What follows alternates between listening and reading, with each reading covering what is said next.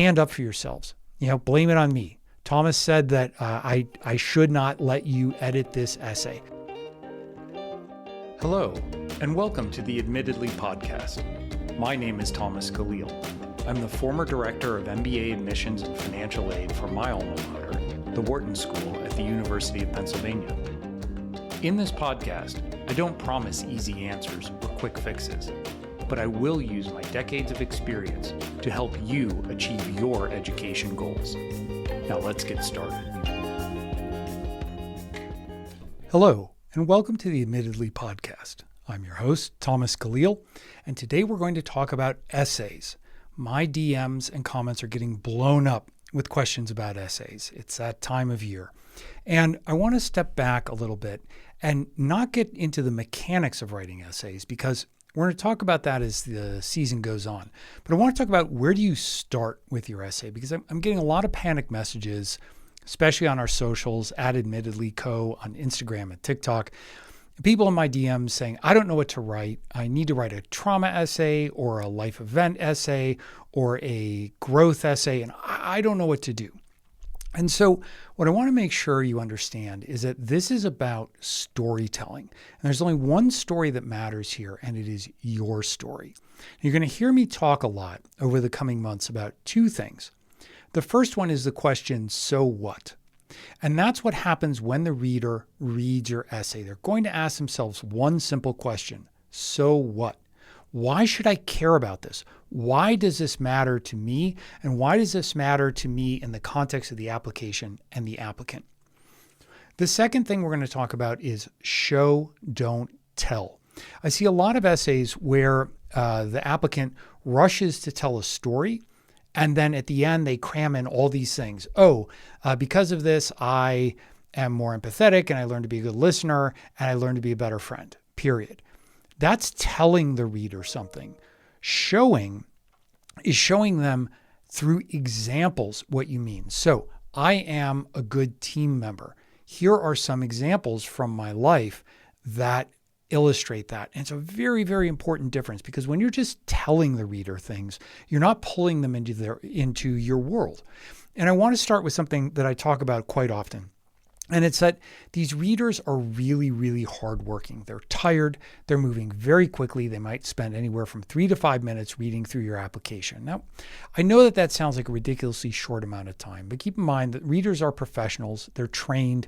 We know how to speed read. We know how to quickly parse and digest data. So what seems like a very short amount of time to you is plenty of time for a skilled reader to get the substance and understand your application. But what it also means is that when readers are reading dozens, if not hundreds of applications a week, you need to stand out. And you stand out very quickly by authenticity of voice. What do I mean by that? Well, if you're writing fancy essays, you're using big words and overwrought grammatical constructs, you lose the reader really quickly. Because the reader doesn't want to have to work hard to figure out all the different directions you're trying to go with this sentence. Okay. They are tired and they've read pretty much everything under the sun. So not much that you're going to present is novel or new. I did actually last year have one of the most creative essays I've ever read in 20 years. It was from a math focused student, and their hobby was magic. And what they did was they wove a magic trick, a mathematical magic trick, into the essay. So it started with, think of a number. And then as it walked through their love of math and how it grew and their love of magic and how it helped them step out of their shell and interact with other students, it would ask you questions like, oh, now you do this, now you do that. And it looped it back at the end to the answer that looped back to the beginning of the essay. So it was almost like a social media loop. And it was really creative. It was really clever. I spoke with the author, just blown away. And they were so happy that their essay landed and resonated. So I think that's a big risk, right? We don't want to think about doing novel, creative things unless we are both novel and creative, because that can backfire really badly. I've read a lot of essays where the writer is trying to be creative, and quite frankly, it falls flat. You only have 650 words in the Common App personal statement, and you really want to make the most of that. So how do we do that? Well, first of all, we write directly. We write simply. We write in a way that invites the reader, please, to take this journey with us. Now, if you have a trauma or overcoming adversity that you want to talk about, you certainly can. I don't want to dissuade you from that.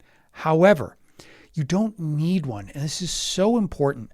I've read very successful essays that got students into their top choice schools that were gripping and painful to read because it really delved into a moment in their life that was pivotal for them. But I've also read a lot of essays where the writer was just talking about themselves and their journey and what mattered to them. And that was something that really came through. And you got a sense of, oh, this is who this person is. Let me give you two examples of this. So first of all, on a trauma essay, I had a student whose family owned a pharmacy, and it was not in the best area of the city. And so they opened with this tableau of being in the pharmacy when it was held up and somebody holding their father at gunpoint under the influence of narcotics in a very bad and desperate situation for this individual. And the original essay that I got kept leaning into like a lot of drama around this. And the conversations that we had, I said, listen, this is really a powerful and evocative example that you're using. So the more powerful and personal the anecdote, the more sparse you want to write it.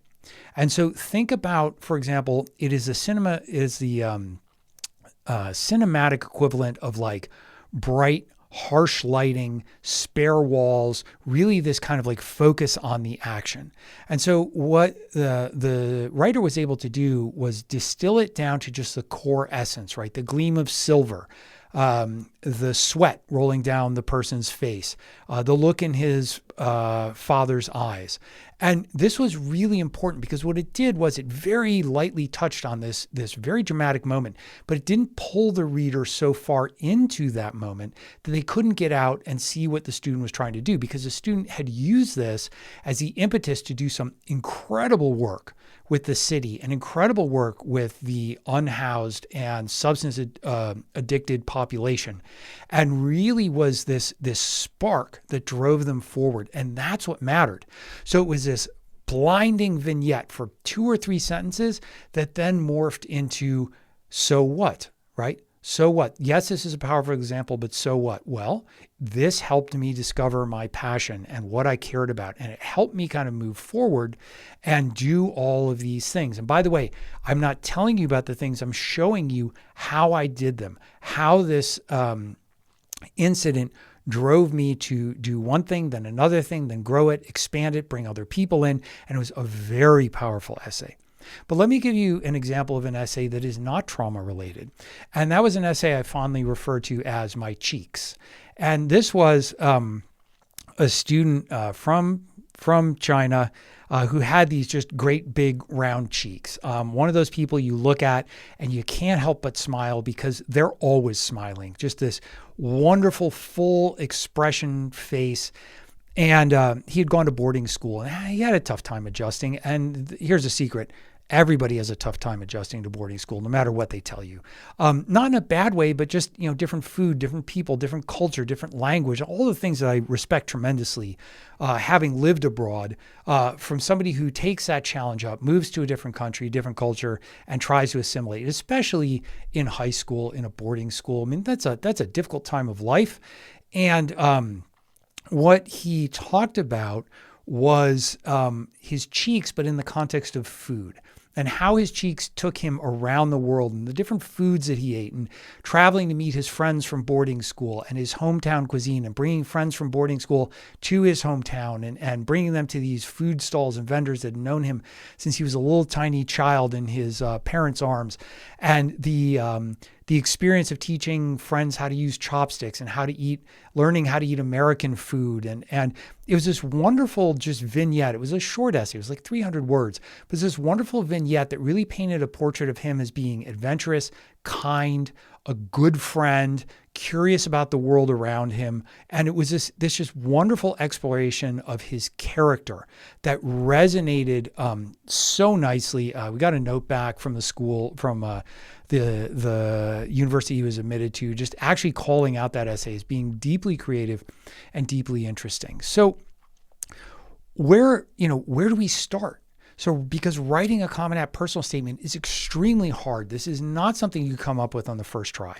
And when I work with students, I always tell them, listen, there's a point in our relationship where you are going to hate me. You're going to be so frustrated with me. You're going to hate me because you're going to be frustrated with yourself. And I'm not going to be able to give you answers. I'm going to be able to guide you in this exploration of yourself, but I can't give you an answer as to what you should do, because that comes with self-knowledge, exploration, and work. And what most students do is they jump in, and this is partly driven by a lot of students the end of their junior year. Their counselor at school is like, hey, you're going to do either 2 or 3 day retreat, or we're going to do workshops with English teacher and history teacher, and you're going to write your Common App essay. That's wonderful. And listen, before you pile on me, I have nothing but respect for teachers. I still know the names of my high school English teachers. I love them. I respect them. They were so formative in my life, my history teachers as well. But writing an essay just cold like that and writing it for an English teacher are very, very different things, right? Because when you try and cold start a personal statement, as a young person, 17, 18 years old, where do you start, right? How do you put your life experience into a story, onto paper? It's a very daunting task. And not to mention the fact you're sitting there with all your classmates. You might have to share your essay, so it limits sometimes how deeply personal you want to get in this telling. So what I strongly advise students to do is, first of all, don't write. Step away from the computer, okay? And I want you to think about your strategy. And I want you to think about, who am I, right? Because there's a lot that makes you you. There's a lot of threads there. There's friends, there's families, activities, academics, life experiences, choices you've made, all of these things. And if you just try and jump right in, there's too many things competing. And then you end up with the students that are like, oh, I know, I'm going to write an essay that's like 4 or 5 different vignettes of who I am.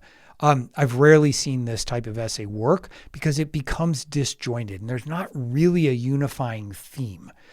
So what I want you to do is think about, what is a message that I need to communicate to the school, right? What explains my interest in my intended major? I'm not asking you, the school's not asking you to articulate out what you're going to be doing 20 years from now, what your career looks like. They're simply asking you at this moment in time, what do you want to study and why? So if you have a strong interest in biology, talk about your love of biology. Was it volunteering at a nature preserve near a house and interacting with the docents and realizing, oh, wow, I'm really into the life cycle of this particular insect and how it relates to the ecosystem and wetlands preservation, or whatever that looks like. Talk about that story and talk about how your journey led you to this place. Where did your intellectual curiosity take you? So you want to think about that, right? Then if possible, I want you to look at your top choice school or schools and look at the supplements, because some schools like Northeastern have no supplement essay. Other schools like Stanford, Harvard, Yale have multiple essays. And so in that case, you're going to write probably a very different personal statement, because at Northeastern, for example, you need to get everything into that personal statement. Whereas if you're applying to Stanford, you have a lot of essays to talk about the things that matter to you. Now, don't be monothematic. If you're just talking about the same thing over and over and over again, you're going to be boring. You're going to be one-dimensional, and it's not really going to resonate with the reader, because they're going to shift to the next essay and say, oh my gosh, another essay about this thing? So to me, it's really important to lay out that strategy. Think about the things that matter to you. Then you can start to shape more of like, oh, okay, so this is maybe something I want to talk about in my Common App personal statement. The next thing I encourage people to do is just sit down and write, free write. Free write what's on your mind. And what you'll find is that your focus starts to narrow. Set a time limit. 5 minutes, 10 minutes. And what you'll find is that as you get those initial ideas out of the way, as time starts to tick down, your brain starts to focus. And what happens then is like that last paragraph or two tends to be focused and interesting. And from there, you can ask yourself, so what? Right? And start to architect an essay around that. And that's really important, right? Because if you're just writing the first thing that comes to mind, then you're going to drift a lot in there. Another important thing, people worry so much about the hook. Now look, the hook is very important. The hook is where you grab the reader's attention. The reader is tired. The reader is tired of reading the same essay over and over and over again. And so the hook is important to kind of snap them out of it and get them to pay attention. But we write the hook last. Seems counterintuitive, right? That's your first statement. Why would you write that last? Well, because until you've written the essay, you don't really know how you're going to grab their attention. Now, I have had students who have a hook, and it's a beautiful hook, and then they're like, okay, how do I write an essay under the hook?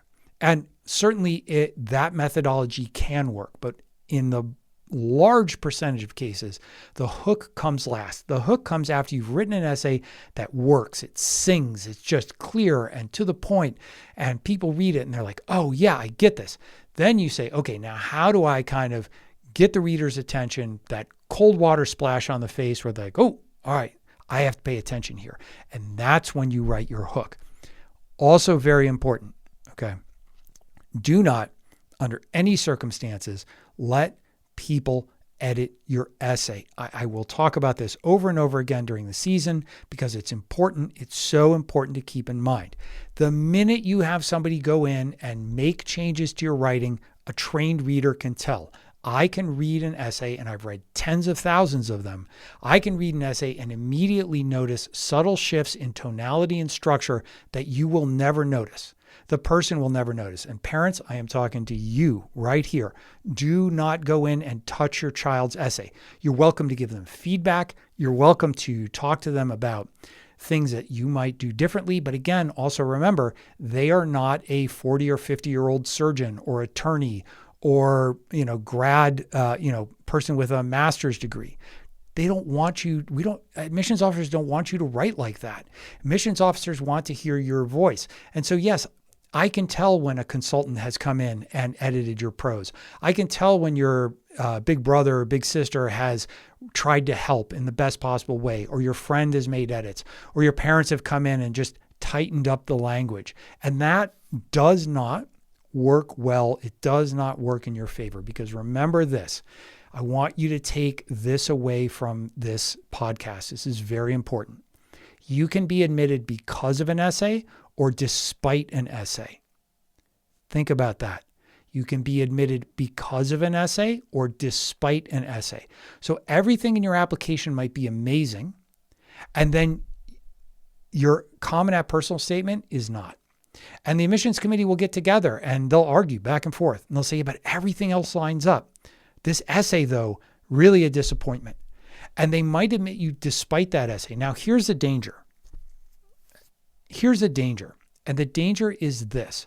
A lot of you will go out and read other people's essays, and you'll use that as a navigating guidepost. I'm going to tell you all day not to do that. You're going to do it anyway. But here's why I say don't do it. I say don't do it because subconsciously your brain then anchors on that essay. And that's bad for two reasons. Number one, that is that person's lived experience. It is not your lived experience. And so by subconsciously mirroring that essay, whether it's tone or structure or wording, you are not being authentic and true to yourself. The second thing is that what if that person was admitted despite that essay? What if everything else in that person's application was amazing, but that essay was just subpar, and now you're trying to copy it or mimic it or mirror it or incorporate it into your own essay? Well, now you've got a real problem. You're putting yourself at a huge disadvantage. So I can't stress this enough, right? What are the core takeaways from this podcast? Number one, so what? The reader always asks themselves, so what? Number two, be authentic.